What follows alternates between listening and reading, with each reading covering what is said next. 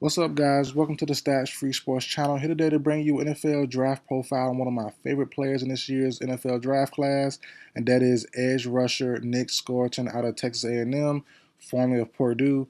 Let's get right into it, guys. So, Nic Scourton, once back in the summer last year, he was thought of to be potentially top 7, top 10 in this draft class. He was battling with James Pierce and Carter for top edge rusher. Everyone figured, Carter would win out. Super athletic freak. We needed to see him first in the edge rusher spot. But once we saw a couple games, and yeah, he was cemented there. James Pierce, kind of a down year this past season, but still, he grades better as an overall prospect because he's a freakier athlete. But I think Scourton is still pretty good as well.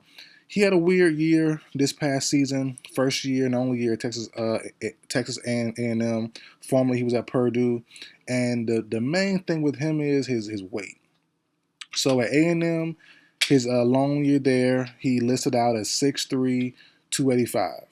At Purdue, his sophomore year, where he became a very, very, very good player, he's listed at 265. And then you go to the combine, which just happened, a week and a half ago, 2 weeks now, maybe even last week. The combine, came in at 257. And overall, no matter where he goes in this draft class, I think, as far as team wise, I think he'll be fine. But the only part that could have him lost in the sauce is his weight. Um, at Texas A&M last year, had an off year. It wasn't bad, but wasn't what we expected. That 285 really showed. He was a step slower.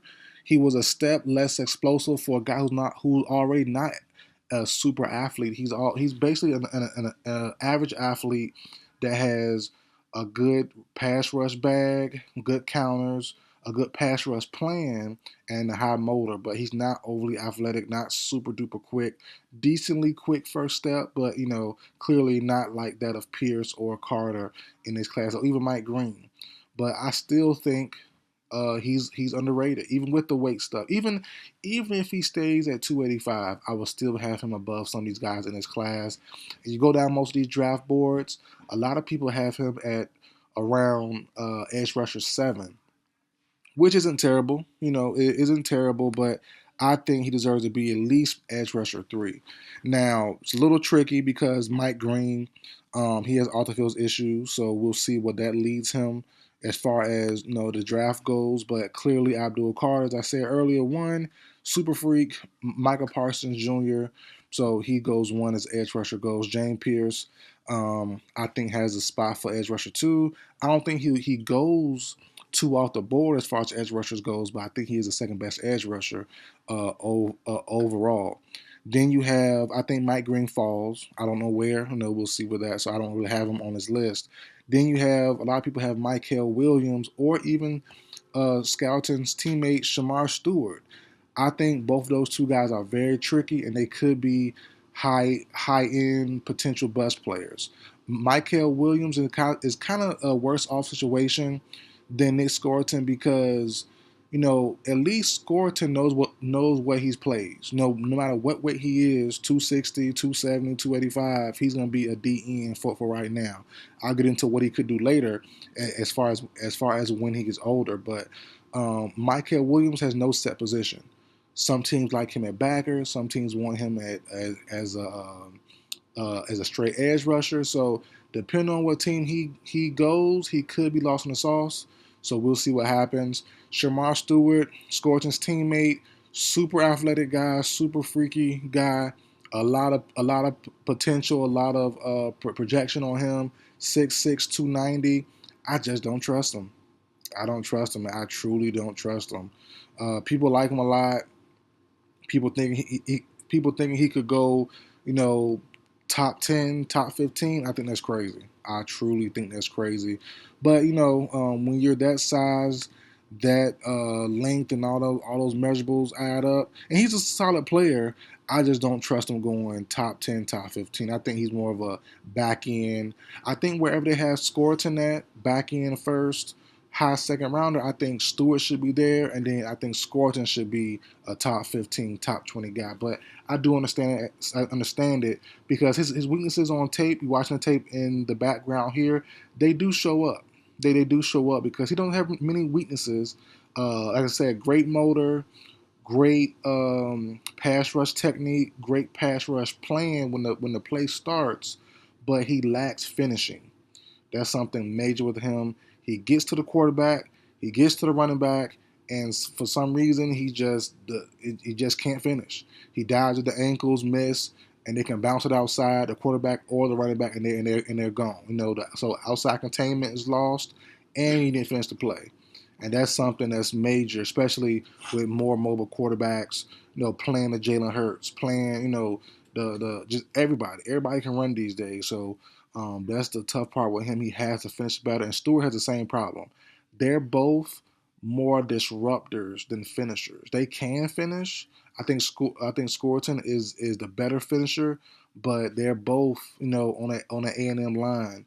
They both were more disruptors than just finishers, and that could help out. You still can have a lot of assists as far as pass rush goes, and you don't get the sack, but you create the sack or create a turnover, all that stuff, or assist in a turnover by getting the pressure. But you get the big bucks when you can finish guys, when you finish quarterbacks, finish running backs, and that's something with him he really needs to really kind of get down pat. Which comes more discipline, scoring your shoulders, scoring your feet, and then attacking what you see, not going for the ankles and all that stuff. Just finish the play.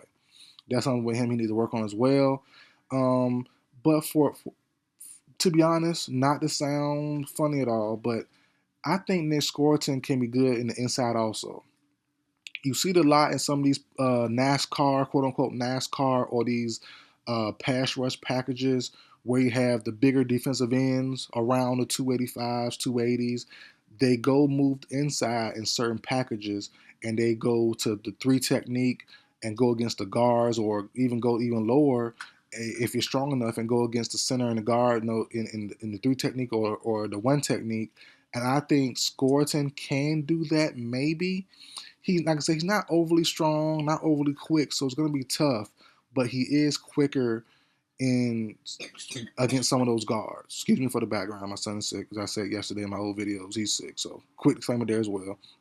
He's still sick, but I think even if Scourton goes the 285 route, which might not be the case as of right now, he came into the combine at below 260, below his Purdue playing weight. So it's looking like teams want him for the edge rusher spot, the lose weight. But let's just say as he gets older, he gains on more weight naturally, or just whatever the team plan changes. If you get Scourton close to 280 again, 275, 280, lower, 285, 280. I think you can move him inside on certain packages also. Still play outside his main position, but I think he could be a monster in short, small spaces against guards, against centers. And I think he can beat those guys there too, because even though he's not as quick as he is at 260, excuse me, he this video has been chaotic, but I think he's good enough to beat those guards and centers in short space. And he got quick hands, strong hands, great hand placement. Like I said, already great motor.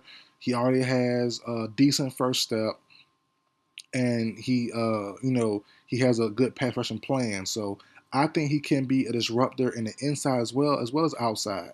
And that's versatility some of these guys, like a James Pierce, like a Mike Green, they can't do. They have no chance of doing that because they're too light, they're too small. Even if James Pierce gains another 15 pounds, he's still right at 260. That's something that he just can't do. Mike Green can't do. Carter probably can't do. He's more quick than strong. But maybe you never know, because Micah can do it as well. So he, not often, but sometimes, because that quickness matters. And like I said, Scourton isn't that quick clearly, but he has what they don't, and that's technique. Great technique, great hand placement. Good. He's good in the run, good in the pass rush. So he does everything well. He's just not an athletic freak like those guys. That's why he's not as valued. But I think it should be opposite. I want the guy who's not a freak. Give me the guy who I know will be good right away. You saw my videos last year. If you're not new to the channel or you didn't see the video or something, I was heavy on my Falcons getting Layatu Latu. I had Layatu Latu as the best edge rusher in this class last year. In the class last year, I didn't care about Dallas Turner. I was wrong about Jared Verse. I thought Verse would be trash. Not trash, let me take it back. But I didn't think Verse would be as good as he was. But I still, even seeing how Verse came out, right? I still want Latu from the Colts. I still want Latu. But Verse definitely was on my mind a lot this year. And I saw him going off. I was like, man, I was so low on Verse. but but I'm just scared at certain positions of the projection of the potential word. You know, I want what's here in front of me right now. Yeah, you might not be great down the line like some guys might be, but you're going to be solid, and that's what I want: a solid edge rusher. And Scourton is that. You know, with Stewart, with even with Pierce, with Mike Green, you can miss with those overly athletic guys. With Michael Williams, a guy whose position is unknown as of right now. You know, I know guys can move around like as like chess pieces and stuff, but I just prefer the guy who I know for sure will be good, no matter the weight, no matter the team, no matter the scheme. Have him off the edge, especially 4-3 though. I think that's best for him. And as far as Nic Scourton, give him a 4-3. I think that's best for him. I think he'll be fine regardless. No doubt about it, he'll be fine regardless. But the added versatility of maybe even gaining rate down the line or even now, you know, if a team say, hey, balloon back up to 285, we're going to play you in different spots, inside, outside. You know, I think he's good enough. I think he's fast enough. I think he's talented enough and smart enough with great technique to get it done inside or out. But I think the inside part might come as he gets older. Also depending on the scheme and team and all that stuff. So we'll see what happens. But I'm all in on Nic Scourton. I think he should be a top 15, top 20 guy instead of a back end top 25 to early second rounder. I think it should be flipped with some of these guys. And Michael Williams should be in that range. A Stewart in that range. Mike Green maybe in that range for off the field reasons.